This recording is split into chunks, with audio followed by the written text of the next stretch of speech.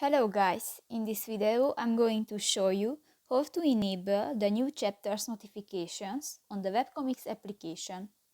But first of all, I just want to mention, please don't forget to subscribe to our channel, because at 100,000 subscribers we are going to show you our YouTube revenue statistics and growth strategy, how to make money online.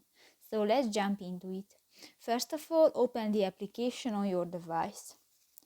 Tap to the More button next to the Library section at the left at the bottom of the page, and go to the Settings option and click to the Push Notification in the Personal Settings section. And here you can find the New Chapters button and just tap to the white circle. And the New Chapters notifications is enabled. So that's pretty much it for this video, guys. See you in the next one. Bye bye.